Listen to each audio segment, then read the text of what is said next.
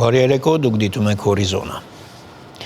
Մենք ասել ենք, որ հավատարիմ ենք մնալու խաղաղության օրակարգին եւ մենք շարունակում ենք խորհրդակցությունները, բանակցությունները Ադրբեջանի հետ խաղաղության համաձայնագրի ստորագրման ժամկետների շուրջ եւ փորձում ենք ստեղծել այն միջավայրը եւ պայմանները, որ դա հնարավոր լինի։ Այս մասին վարչապետ Նիկոլ Փաշինյանը ասել է ազգային ժողովում լրագրողների հետ ճեպազրույցի ժամանակ։ Այո, Հայաստանի Հանրապետության շուրջ կան սպառնալիքներ։ Այդ սպառնալիքները եղել են միշտ, բայց նորությունը այն է, որ Հայաստանի Հանրապետության շուրջ եւ Հայաստանի Հանրապետության համար ստեղծվել են աննախադեպ հնարավորություններ, որոնք նախկինում երբեք չեն եղել, եւ ընդ որում նորություններից մեկը այն է, որ հիմա իմ գնահատմամբ Հայաստանի Հանրապետությունը սպառնալիքները կառավարելու եւ հնարավորությունները օգտագործելու ավելի մեծ կարողություններ եւ հնարավորություններ ունի։ Գերիների մասով։ Գերիների մասով էլ գիտեք, բոլոր հարցերով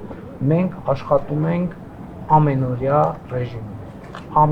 ռեժիմով, նայած այդ օրը ինչ հնարավորություններ եւ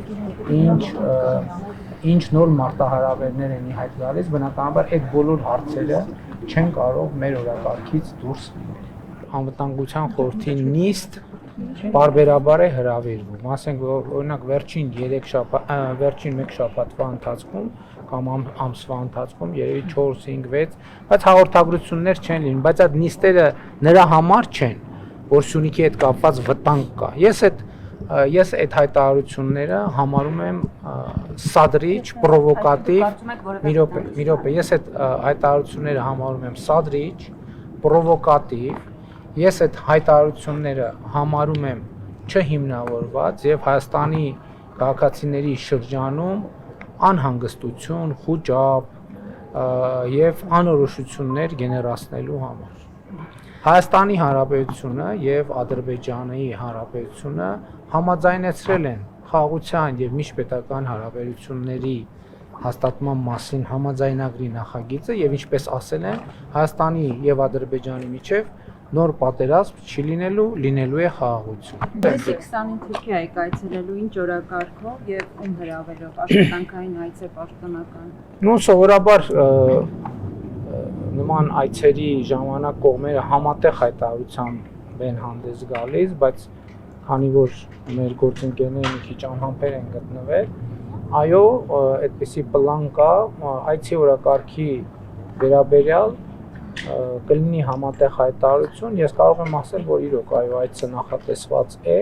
եւ այցի վերաբերյալ ուղղակի պայմանավորվածությունները չխախտելու համար համատեղության իմաստով հայտարարությունների այս բանին ընդհանրապես ասեմ այն ինչ որ արդեն հայտնի է։ Խորհրդարանում տեղի ունեցել կառավարության հետ հերթական հարցուպատասխան այդ ընթացքում վարչապետը անդրադարձել է նաև կառավարություն եկեղեցի հարաբերությունների մասին հարցին։ Ամենահաճախ հնչող հարցերից մեկը նա է, թե ինչու է կառավարությունը հենց այս բանին որոշել է հարցերը բարձրացնել, որովհետև կա տպավորություն, որ այս խնդիրները մեր հանրության շրջանակներում վաղուցմանից արդեն պարզ էին եւ հանրության լայն շրջանակներում արդեն տեղեկացված էին այն բոլոր խնդիրների մասին, մասնավորապես արատավոր խնդիրների մասին, որոնք կան մեր եկեղեցում։ Ես կխնդրեի այս հարցին անդրադառնալ, շնորհակալություն։ Երբ որ իմ առաջ եղել է ապացուցելի փաստ, այսինքն ես արդեն չէի կարող համոզված չլինել այդ լուրերի ճշմարտացիության մեջ, որպես հայ առաքելական եկեղեցու հետևորդ, որպես մարդ, որ ունի հոգևոր կյանք, ինձ համար հարց էր, թե ինչպես պետքա ես վերաբերվեմ այս ամեն ինչին, եւ ինձ համար պարզ էր, որ ես այդ ամեն ինչին պետքա վերաբերվեմ համաձայն հայ առաքելական եկեղեցու ավանդի եւ կանոնների եւ ընդ որում այսօր խոսում են նաեւ ընդդիմության ներկայացուցիչները ասում են եկել են կուսության հարց են քննարկում հարգելնես կուսության հարց չենք քննարկում ենք լեգիտիմության հարց որովհետեւ 356 թվականին տեղի է ունեցել Աշտիշատի ժողովը, որը մեր եկեղեցու համար սահմանել է կուսակրոնության դաս, որը պետք է պահի եկեղեցու ավանդը եւ պետք է ղեկավարի եկեղեցին։ Ընդ որում հիմա կուսակրոն քահանաները իրենք ունեն վերադաս աստիճան ամուսնացյալ քահանաների նկատմամբ։ Հիմա ամուսնացյալ քահանաները ամուսնացած մարդիկ են եւ այսինքն ոչ մի վերապահում նրանց չկա, որովհետեւ իրենք իրենց ուխտը չեն խախտել։ Բայց այստեղ հարցը հետեւյալն է, եթե նրանք մի մասը դե ֆակտո ամուսնացած է եւ այլն, եւ կուսակրոնության բերումով ղեկավարում է ամուսնացյալ քահանաներին, բայց ինչի է ղեկավարում։ Ընդհակառակը ամուսնացյալ քահանաները այս համատեքստում եւ հոգեվոր եւ բարոյական առումով շատ ավելի բարձր են, որովհետեւ նրանք իրենց հոգեվոր ուխտը չեն խախտել, քան նրանք, ովքեր իրենց հոգեվոր ուխտը խախտել են։ Ընդ որում ես էլի եմ ասում, ես հիմա ինչ գրում եմ եւ ասում եմ, ես այն երկրորդ գիրքը չբերեցի, ես ամեն ինչը, ինչ նախադասություն ասում եմ, հիմնավորում եմ հայ առաքելական եկեղեցու կանոններով։ Հիմա իմ ձեռքի տակ է, օրինակ, 2020 թվականի հրատարակության Մայր Աթոռ Սուրբ Էջմիածնի հրատարակության համաբարբար կանոնագիրք հայոց կոչվող կանոնների ժողովածու, որտեղ հստակ սահմանվում է, թե կուսության ուխտի զանցառման պարագայում ինչա տեղի ունենում։ Այս ժողովածուն ասում է, որ օրինակ Կտրիչ Ներսիսյանը կաթողիկոս չի ինքը։ Ինքը իրավունք չունի հաղորդակցվել մեր եկեղեցու սրբությունների հետ։ Ինքը եկեղեցից կանոնը ասում է եկեղեցուց դուրս պետք է մղվի եկեղեցուց։ Եվ ինքը իրավունք չունի, եւ նրա կողմից սրբություններին դիպչելը անգամ սրբապղծություն է։ Այստեղ ընդդիմությունը մի ուրիշ բաներ էր ասում, կներեք շատ չեն, ասում եկել են եկեղեցու ներքին գործերին խառնվում են։ Ժորժ ջան, այդ մեր եկեղեցին է։ Ոնց ենք մենք մեր եկեղեցու ներքին գործերին խառնվում։ Այդ մեր եկեղեցին է, այս մեր ուխտն է, այս մեր ավանդույթն է, եւ կոնկրետ Կտրիչ Ներսիսյանը եկեղեցու իրավական պարտադիր ուժ ունեցող օրենքի համաձայն ինքը եկեղեցուց դուրս է։ Ինչպես արդեն հայտնել էինք, ազգային անվտանգության ծառայության աշխատակիցները երեկ խուզարկել են Ռուսաստանաբնակ գործարար Սամվել Կարապետյանի առանձնատունը։ Ներքին գործերի նախարարությունից հայտնել էին, որ մի խումբ անձինք բերման են ենթարկվել, իրականացվում են օպերատիվ գործողություններ։ Սամվել Կարապետյանն ու եղբայրը Կարեն Կարապետյանը ավելի ուշ գիշերը դուրս էին եկել առանձնատնից եւ հեռացել իրավապահների հետ։ Գիշերը Սամվել Կարապետյանը հայտարարել էր, թե իր ասելիքը նույնն է եւ ինքը թքած ունի էլեկտրական ցանցի վրա։ Հայաստանի վարչապետ Նիկոլ Փաշինյանը Facebook-ի իր էջում արձագանքել է գործարարի այս հայտարարություններին։ Ասում է թքած ունեմ իրենց վրա էլ, իրենց հեծի վրա էլ, այսինքն այս մարդիկ հեծը իրենցը չեն էլ համարել եւ թքած ունեն այդ ռազմավարական նշանակության հիմնարկի նրա սպառողների ու աշխատակիցների վրա, որովհետեւ եթե հեծը իրենցը չէ, ումն է ուրեմն, նրա սպառողներին է, նրա աշխատողներին է։ Ասել է թե ժողովուրդը, որովհետեւ ողջ ժողովուրդը կամ հեծի սպառող է կամ աշխատակից։ Կարծում եմ հասունացել է պահը, երբ Հայաստանի էլեկտրական ցանցեր Փակ բաժնետիրական ընկերությունը պետք է ազգայնացվի, պետականացվի։ Դա տեղի կունենա արագ եւ իմ հանձնարարականն է հեծի բոլոր աշխատակիցներին բարեխղճորեն կատարել իրենց աշխատանքային պարտականությունները։ Ազգայնացումից, պետականացումից հետո բարեխղճությունը հաշվի կառնվի։ Տաշիր ընկերությունների խմբի հիմնադիր Սամվել Կարապետյանի փաստաբանը ներկայացրել է, թե ինչ մեղադրանք է նրան առաջադրվել։ Լրագրողների հետ զրույցում փաստաբան Արմեն Ֆերոյանը հայտնել է, որ Սամվել Կարապետյանին մեղադրանք է առաջադրվել իշխանությունը զավթելու հրապարակային կոչեր հնչեցնելու հոդվածով։ Ըստ փաստաբանի, Սամվել Կարապետյանը չի ընդունում իրեն առաջադրված մեղադրանքը։ Նա նաև հայտնել է, որ քննչական կոմիտեն Սամվել Կարապետյանին կալանավորելու միջնորդություն է ներկայացնում դատարան։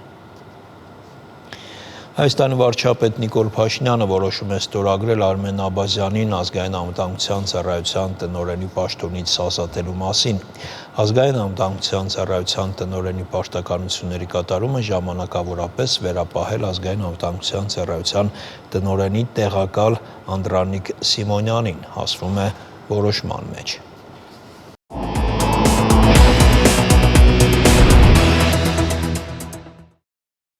Բաքվում աշխատանքն է սկսել Սևծովյան տնտեսական համագործակցության կազմակերպության խորհրդարանական վեհաժողովի հերթական նստաշրջանը։ Ինչպես եւ սպասվում էր, Ադրբեջանի իշխանությունները այդ հարթակը կրկին օգտագործել են հակահայկական հռետորաբանության եւ քարոզչության համար, թեման շարունակենք Արտյոմ Երկանյանի հետ։ Արտյոմ, դե նախ հասկանալի է, որ հայկական պատվիրակությունը այնտեղ չկա, բայց հետաքրքիր է ինչու Բաքվում է անցկացվում։ Այդ լիագումար նստաշրջանը 65-րդ նստաշրջանը կազմակերպության 3 օր է տևելու Բաքվում։ Բաքվում է անցկացվում, քանի որ Ադրբեջանն է այժմ նախագահում այդ կազմակերպությունում, ռոտացիոն սկզբունքով այբենական կարգով է նախագահությունը մեկ պետությունից այլ պետության անցնում։ Նշեմ, որ մինչ այդ Հայաստանն էր նախագահում եւ Երևանում է անցկացվել նախորդ 64-րդ նստաշրջանը։ Ինչպես ասացիր, իսկապես Հայաստանը չի մասնակցում այդ նստաշրջանի, թեև պաշտոնական հրավերը ուղղված է եղել եւ ուղղված է եղել հենց Բաքվի կողմից։ Հավանաբար ճիշտ որոշում էր չմասնակցելը եւ ավելի ուշ կասեմ, թե ինչու։ Հետաքրքիր է, որ ադրբեջանցիները այսպես ազդարարում էին հայտարարելով, որ բազմաթիվ երկրներից բարձրաստիճան պատվիրակներ են ժամանելու, այդ թվում նաև խորհրդարանի ղեկավարներ, ոնց հասկանում եմ միայն մեկ պետություն է ներկայացված խորհրդարանի առաջի դեմքով, դա Հյուսիսային Մակեդոնիան է։ Անգամ Թուրքիայի Մեջլիսի նախագահը պարտադիր չի համարել իր համար Բաքվում գումարված այդ միջոցառման մասնակցելը։ Եվ ինչպես եւ սպասվում էր, Ադրբեջանը օգտագործել է իր նախագահ լինելու հանգամանքը հակահայկական հռետորաբանության համար եւ Ադրբեջանի համար սեփական քաղաքական խնդիրները լուծելու նպատակով։ Նախ ասեմ, որ վաղը բոլոր պատվիրակները, տարբեր երկրների խորհրդարանների անդամները խորհրդարանի անդամներին տանելու են Արցախ։ Եվ ինչպես ասել է Ադրբեջանի խորհրդարանի նախագահ Սաբիհա Հաֆարովան, այնտեղ ծանոթացնելու են, թե ինչպես էին հայերը ոչնչացնում ադրբեջանական պատմական ժառանգությունը։ Բնական է, որ հայկական պատվիրակները նման միջոցառմանը մասնակցելու հազիվ թե ցանկություն ունենային։ Օգտագործել է իր ծառայողական դիրքը ու հնարավորությունները նաև կազմակերպության գործող նախագահ Ասաֆ Հաջիևը, ով ադրբեջանցի է եւ իդեպ Ադրբեջանում իշխող Յենի Ադրբեջան կուսակցության քաղաքական խորհրդի անդամ է։ Օգտագործելով իր ծառայողական դիրքը նա հակահայկական հայտարարությամբ է կրկին հանդես եկել, պահանջելով, որ Հայաստանը Ադրբեջանին տրամադրի Զանգեզուրի միջանցք կոչվածը։ Մեջբերեմ նրա խոսքերը, կարծում եմ հայերը ուշ թե շուտ խելքը գլուխները կհավաքեն ու այդ Զանգեզուրի միջանցքը կբացվի, այլ ընտրանք դրան չկա եւ լինել չի կարող։ Նշեմ, որ եթե մի պետության ներկայացուցիչը զբաղեցնելով այդպիսի պաշտոն օգտագործում է իր պաշտոնը սեփական երկրի շահերից, դա հակասում է կազմակերպության կանոնադրությանը եւ կարծում եմ հայ խորհրդարանականները իրավունք ունեն բարձրաձայնել եւ գնահատական պահանջել այդ ամենի վերաբերյալ։ Նշեմ նաեւ, որ երբ Հայաստանն էր նախագահում կազմակերպությունում որևէ նման բան իրեն թույլ չի տվել։ Արտյոմ Ալիևն էլ մեկ այլ հարթակ է օգտագործել հակահայկական քարոզչության համար։ Այո, այսօր Ալիևը հանդես է եկել ելույթով օմբուդսմենների, մարդու իրավունքների պաշտպանների միջազգային սիմպոզիումի բացմանը, այդ միջոցառումը նույնպես Բաքվում է անցկացվում եւ նույնպես հայ պատվիրակներ չկան։ Եվ ինչպես ասացիր, օգտագործել է այդ ամբիոնը նույն հայկական քարոզչությունը տարածելու նպատակով։ Նա ասել է, որ Հայաստանը պետք է հնարավորություն տա 100,000-ավոր ադրբեջանցիների վերադառնալ, ինչպես ինքն է ասել, պատմական հայրենիք, եւ որ դա պայմաններից մեկն է Հայաստանի հետ խաղաղություն հաստատելու։ Մեջբերեմ նրա խոսքերը, Հայաստանը պետք է հարգի ադրբեջանցիների հայրենիք իրենց պատմական հողեր վերադառնալու իրավունքը եւ դա խաղաղության հաստատման կարևորագույն պայմաններից մեկն է։ Առաջին անգամը չէ, երբ Ալիևը այդ թեմային է անդրադառնում, մոտ 1 ամիս առաջ նա առաջարկել էր Նիկոլ Փաշինյանին առարկայական բանակցություններ սկսել Արևմտյան Ադրբեջանի համայնք կոչվող կազմակերպության հետ քննարկելու համար, թե երբ եւ ինչ ընթացակարգով են ադրբեջանցիները վերադառնալու Հայաստան։ Սակայն այս վերջին իր հայտարարությունը հատկանշական է նրանով, որ շատ հստակ է արտահայտվել այն մասին, որ սա ոչ թե պարզապես իր ցանկությունն է, այլ պաշտոնական Բաքվի կողմից առաջ քաշած նախապայման Հայաստանի հետ խաղաղ համաձայնագրի կնքման։ Նա հստակ ասել է, որ դա պայման է։ Նշեմ, որ մինչ այդ որպես պաշտոնական նախապայման Ադրբեջանը երկու հարցեր բարձրացնում։ Մեկ Հայաստանի սահմանադրության մեջ հայտնի փոփոխություններ կատարելը, մյուսը Մինսկի խմբի լուծարումն էր։ Տպավորություն է ստեղծվում, որ որքան մոտենում է ստորագրման օրը, այդքան ավելանում են նոր նախապայմանները։ Եվ կարծում եմ ամենևին էլ պատահական չէ, որ այս հայտարարությունը Իլհամ Ալիևը արեց անմիջապես այն բանից հետո, երբ հաստատվեցին տեղեկություններն այն մասին, որ սպասվում է Նիկոլ Փաշինյանի ու Ռեջեփ Էրդողանի բանակցությունները, որոնց ընթացքում հավանաբար քննարկվելու է նաև հայ-ադրբեջանական խաղաղ համաձայնագրի կնքման հարցը։ Շնորհակալություն Արծը։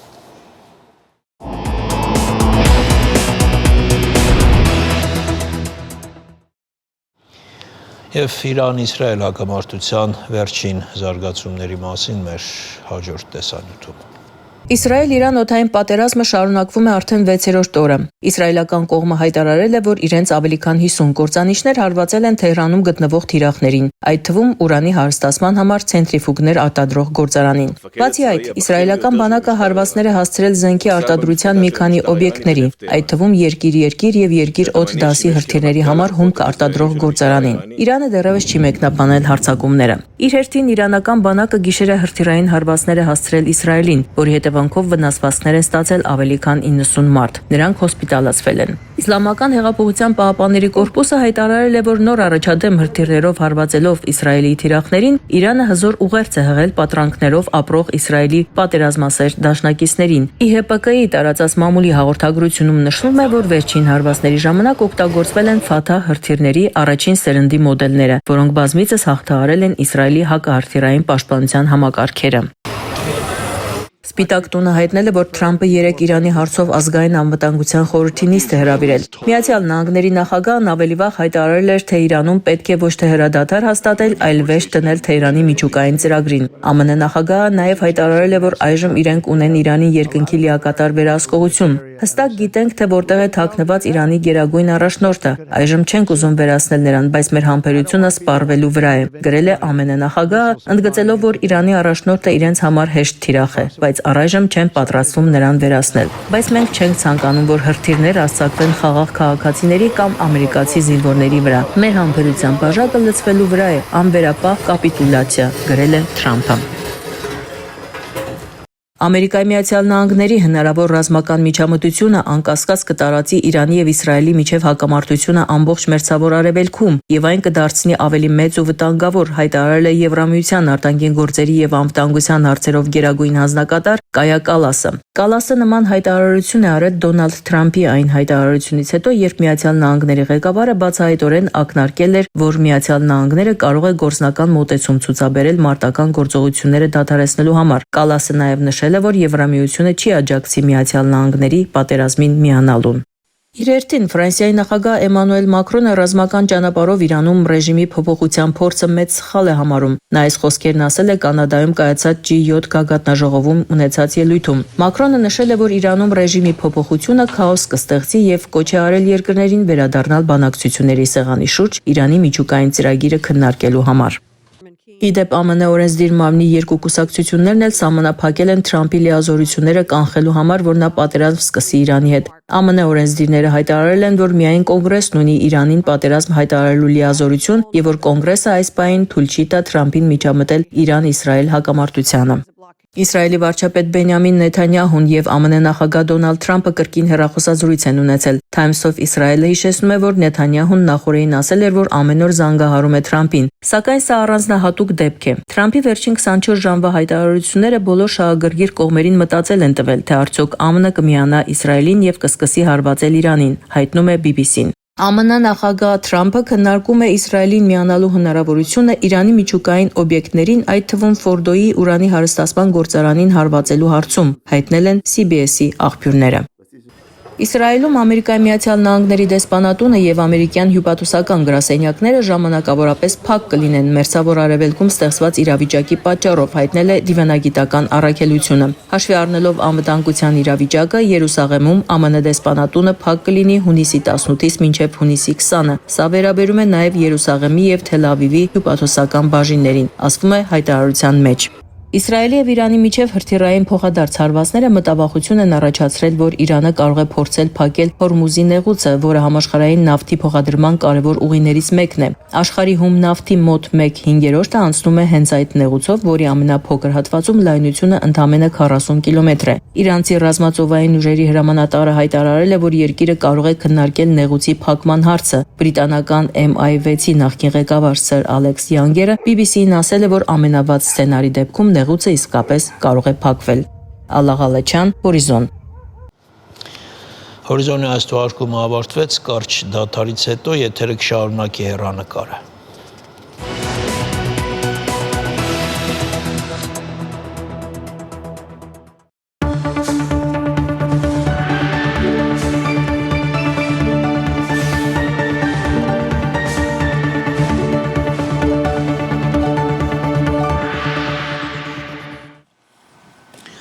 Հեռանկարը այսօր հյուրընկալել է Քրիստոնյա ժողովրդավարական կուսակցության նախագահ Լևոն Շիրինյանին։ Բարև ձեզ, պարոն Շիրինյան, շնորհակալ ենք մեր հրավերն ընդունելու համար։ Խոսելու, քննարկելու թեմաները շատ են, մենք փորձենք ամենակարևորներին անդրադառնալ, դե առաջին այն, որ երկու օրից վարչապետը մեկնում է Թուրքիա։ Ընդ որում Թուրքիայի նախագահի հրավերով եւ հասարակությունը, փորձագետները միակարծիք չեն, ոմանք դրական սպասումներ ունեն, ոմանք բացասական։ Դուք ինչ կասեք։ Սա անխուսափելի գործընթաց է եւ խոսքը տերմին օգտագործեմ հարաբերությունների կանոնավորման մասին է եւ կարծում եմ, որ դա շարժվում է առաջ։ Եթե մենք դինամիկան նայենք, պատերազմից հետո գոնե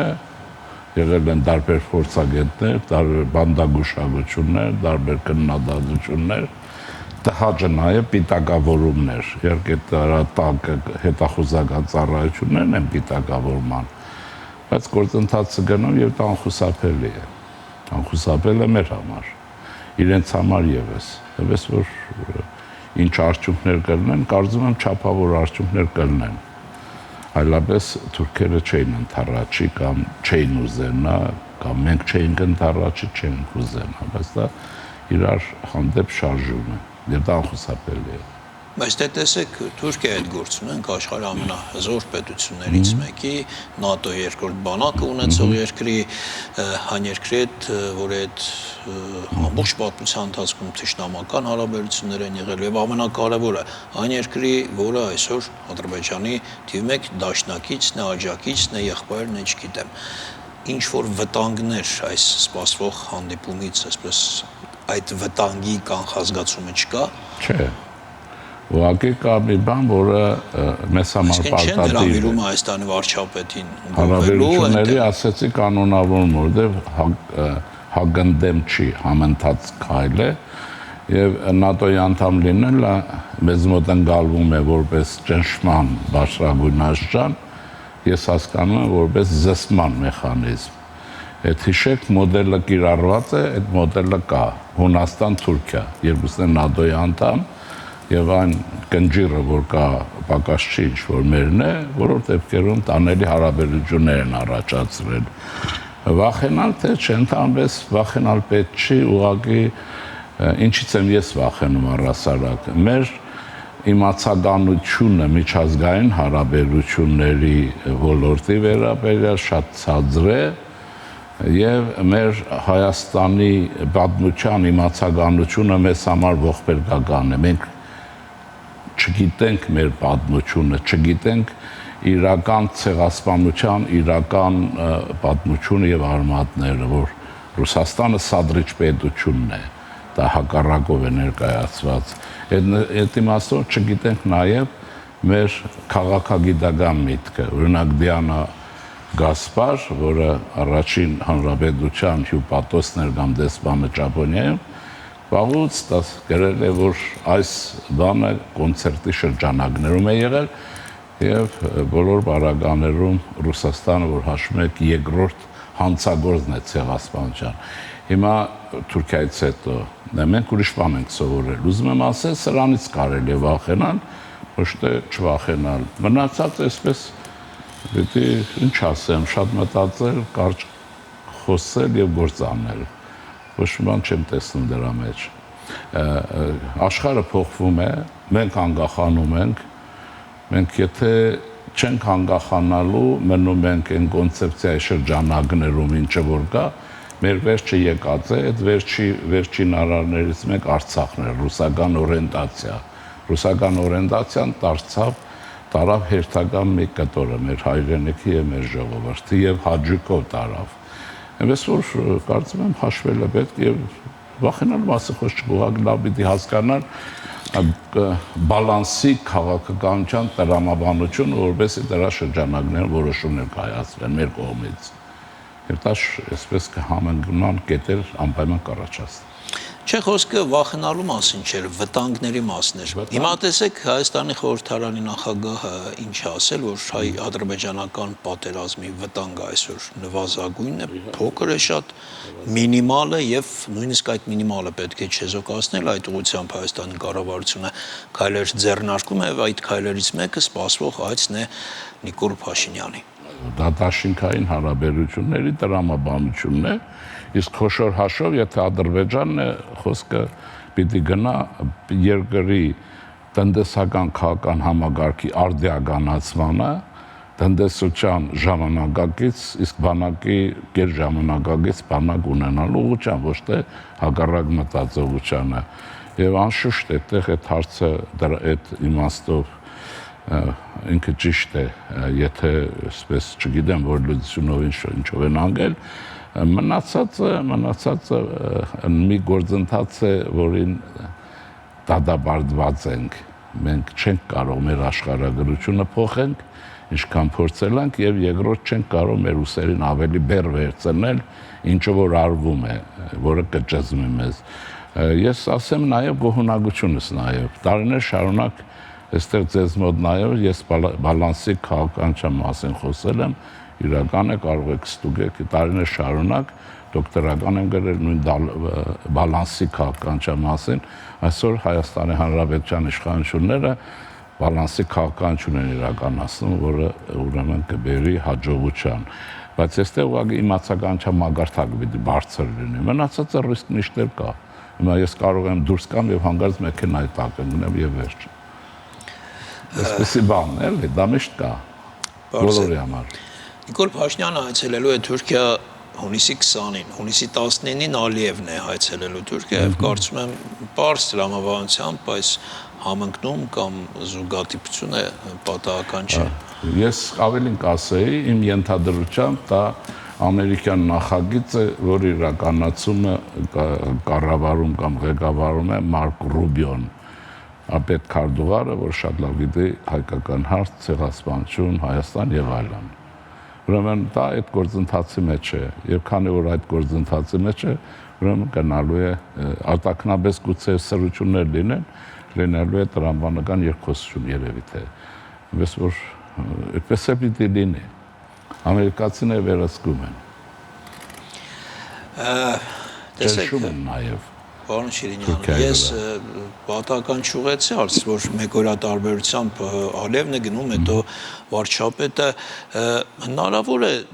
Թուրքիան փորձում է ինչ-որ խաղաղարի դեր ստանձնել, հենց պայմանագրի հարցում միջնորդ հանդիսանալ եւ եթե դա ստացվի, նաեւ Թուրքիայի հեղինակությունը կբարձրանա դրա համար։ Խաղաղարը կամ այդպիսի միջնորդը լինելու են Միացյալ Նահանգները, իհարկե ռուսները կուզենան իրենք լինել, բայց Միացյալ Նահանգները դժվար թե արտաքնապես կարող է ցույց տան, բայց այդ գործընթացը եւ կոնցեպտուալ հարցի լուծումները Վաշինգտոնում են։ Քանի Վաշինգտոնում են, մենք շատ վախենալու բան չունենք։ Մենք վարպետ գործանելու կարիք ունենք, դիվանագիտական աշխատանք, վերլուծական աշխատանք եւ երկիրը ներքին կարգով կայունության բերել, զարգացման բերել, որ ամենակարևորն է երկրի ներքին զարգացում եւ Բայց Վաշինգտոնը այսօր շատ մեծ ավելի խնդրով է զբաղված, այն խնդրով, որը նույնիսկ ռուս-ուկրաինական կոնֆլիկտից ավելի առաջին պլան է անցել, իսրայելա-իրանական հակամարտության։ Դրան պատասխանն այսպեսին է։ Միշտ էլ այդպես կարելի է մտածել, ես նախանցած տարի Վաշինգտոնում էի, Պենտագոն ուզեցի տեսնել, երևի մի օրը բավարար չէր ռազմական նախարարության շուրջը ման գալու համար։ Ամեն տարածաշրջան իր բաժինն ունի, յուրաքանչյուրն աշխատում է իր տեղով, բանով։ Այնպես որ եւ չմոռանանք մի բան, որ Հայաստանի Հանրապետությունում է գտնվում Մերձարևմուտքին արևելքում Միացյալ Նահանգների ամենախոշոր երկրորդ կամ առաջին, բայց կառուցման թվով առաջինը, հերթով դեսպանատունը։ Այնպես որ ես Միացյալ Նահանգները բարեկամ պետություն է եւ երկրորդ բանը կա իհարկե։ Կարծեմ հունվարի 14-ն էր, չէ, որ կնքվեց ռազմավարական գործընկերության դաշնագիրը։ Ես այդ բոլորը դիտում եմ այդ դաշնագրի շրջանակների մեջ։ Լավ, պարոն Շինյան, տեսեք, այսօր ճեպազրույցի ժամանակ Նիկոլ Փաշինյանը ասում էր, որ Հայաստանը հավատարիմ է մնում խաղաղության օրակարգին, որ հայ-ադրբեջանական խորհրդակցությունները եւ բանակցությունները շարունակվում են եւ նորից այն խոսքերը կրկնեց վարչապետը, որ ինչպես ասել եմ, պատերազմ չի լինելու է խաղաղություն։ Սա մեր վարչապետի խոսույթն է, նույն այդ օրը, այսօր Ալիևը օմբուդսմենների այդ միջազգային հանդիպմանը Բաքվում ասում էր, որ Հայաստանը պետք է մտածի 100 հազարներով ադրբեջանցիների վերադարձի մասին եւ սա արդեն որպես նախապայման էր ներկայացնում հետագայում խաղաղության համաձայնագրի կամ պայմանը։ Տեսեք ինչ տարբեր խոսույթներ են։ Այնտեղ շարունակվում է կոշտ ռետորաբանությունը, ավելի կոշտացած, իսկ մենք խոսում ենք խաղաղության եւ պատերազմի չլինելու մասին։ Եվ բանակը վերակառուցած դնենք, երևի թե այդպես չէր խոսի վարչապետը կամ որոշ չափով այդպես չէր խոսի, դա մեր, այսինքն վարչապետի խոսույթն է։ Եվ այդ իմաստով ուրեմն որոշակի ինչ ասեմ, ֆոն կա։ Ալիևը խնդիր ունի նահանջելու, որովհետև նիշը շատ է խփել եւ պետք է նահանջի։ Եվ այդ իմաստով քաղաքական Հայաստանի հարցով վերածվել է իզգոյի է վերածվել։ Հիմա պետք է նահանջի, իհարկե պարզ է հաղթանակ է տարել եւ այլն եւ նահանջը առանց երկի չի լինի, նահանջում է, բալանսը դա ցույց է տալիս, հիմա ինչ է խոսում ուրիշ բան է, բայց որ 2 տարի է, չէ, սահմանները բոլոր դեպքերում հանգիստ են, շատ ավելի եւ հիշեցնեմ մի բան, չմտնելով մանրուքների մեջ ինձ թույլ չտալով առաջին անգամ մայիսի 28-ին մենք զորահանդես ունեցանք, ճիշտ է, սա խոսում է ինչ-որ բանի մասին, բայց այդ գործը պետք է լավացնել անընդհատ։ Իրան-իսրայելական հարաբերությունների զարգացումների ինչ միտումներ, ինչ սցենարներ եք տեսնում։ Երկու բան, ինչպես փուչիկ պայթեց, փուչիկ եթե ասում է, ուրեմն Իսրայելը չունի հակաօդային այն պաշտպանությունը, որ մեզ մոտ թմբկահարվում էր եւ աշխարհում։ Այդ բանը, գմբեթը չկա։ Գմբեթը կա, բայց Իրանը հետևություն է արել են նախկին ընդհարումներից եւ բալիստիկ հրթիռների համակարգի մեջ էլեկտրոնային ուրեմն բաղադրիչներ ավելացրել եւ աղբ տարավ դա այդ չի կարողանում դիմակայել շեղում եւ այլն։ Ուրեմն սա մեկ, առաջինը Իսրայելի կարողությունների գերագնահատում կար, այնպես ինչպես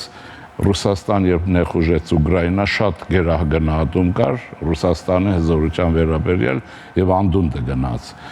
Կա նաեւ Իրանի Իսլամական Հանրապետությունը լավ չիմանալու խնդիր, որի հետ ես արձանագրում եմ, ինչու։ Մարդիկ լավ չգիտեն Իրանի հզորությունը եւ քաղաքագրթական հզորությունը, իմիջիայլոց երբ Թրամփը խոսեց, դուք հիշում եք, որ մենք մինչեւ պարսկական քաղաքագրություն կհասնենք, այսինքն ես ոլորտը իրենք լավ գիտեն։ Երկրորդ մասը կա, որ Իրանի Իսլամական Հանրապետությունը հզոր երկիր է եւ եթե մեկը կռվում է գերճշգրիտ սարքավորումներով, չէ, ինչ որ կա, մյուսը կռվում է գերճշգրիտ բալիստիկ քրթիռների համակարգով։ Այստեղ երկու բան կա, իհարկե բոլոր դեպքերում Իսրայելը գերակա է տեխնոլոգիաների մեջ, դա հասկանալը, որ դա շատ հաճախ նաև Իսրայելը համարում են Միացյալ Նահանգների որևէ նահանգի շարունակություն վերջինը, էլի ես գիտեմ հաղորդագրություններով, որ նրանց հիմա ավիացիան բազավորվում է Կիպրոսի անգլիական ուրեմն օդանավակայաններում։ Հաղորդագրություններ կան, որ ոչ թե Մոսադն է այնքան կատարյալ աշխատել, որ գերճշգրիտ ինֆորմացիա ունի բունկերների մասին, շախտերի մասին, այդ ցենտրոֆուգ եւ այլն, այն Մագադեի հերթական ուրեմն այցերի ժամանակ Մագադեի չինովնիկները ինֆորմացիան վաճառել կամ տրամադրել են Իսրայելին, դրա համար շատ է ճշգրիտ։ Հիմա սա Իսրայելի մասն է, երկրորդ մասը կա Իրանը։ Իրանը ունի, ուրեմն ասեցի այն պոտենցիալը, որ շարժման մեջ դրեց եւ եթե նկատել եք նրա հարվածների ճշգրտությունը մեծանում է, ավերիչ ուժը շարունակում է։ Այստեղ աշխարհագրությունը ինքը բացառիկ դեր է խաղում։ Բոլոր դեպքերում Իսրայելը 14000 քառակուսի կիլոմետր բնակելի տարածք ունի, 22 է, բայց այն մեկը պիտանի չի ապրելու համար։ Իրանը 1,61,000 քառակուսի 610,000-ի, հիմա ինչի եմ ասում, ուրեմն Իրանին բավարար է, որ ենթադրենք 100 բալիստիկ քրթիռ եւ Իսրայել այլևս չլինի գերճշգրիտով, իսկ հակառակ բարակայում Իրան վերջացնելը հնարավոր չի։ Այս վիճակում, եթե գումարում հանում ենք, բան կա, հավասարակշռություն կա մոտավորապես եւ Իրանը ուրեմն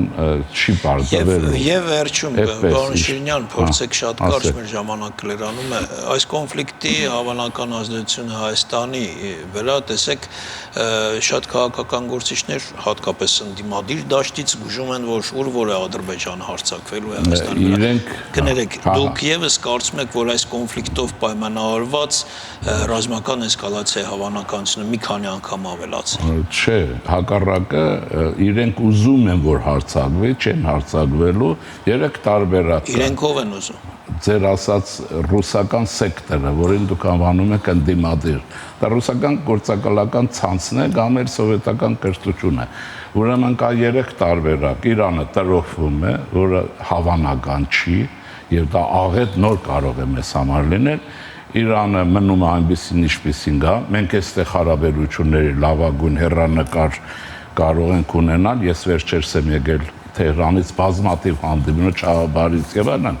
կա նաեւ Իրանը դեմոկրատանում ինչպես շահի տղան է ուզում, կահաժառանգ Ռեզա Փեհլևին, այդ ժամանակ Հայաստանի համար բացում են դրախտի դարբասները, դեմոկրատիա, անվտանգություն եւ այլն, եւ Ռուսաստանն է չքվել Հայաստանից ընդմիշտ եւ միանշանակ, այնպես որ բանդագուշակներին պիտի ասել իրենց որ ճակատագրով զբաղվեն Հայաստանի վերաբերյալ քիչ բան խոսել։ Լավ ավարտ էր, պարոն Շիրինյան, այսքանը մեր հյուրն էր Լևոն Շիրինյանը։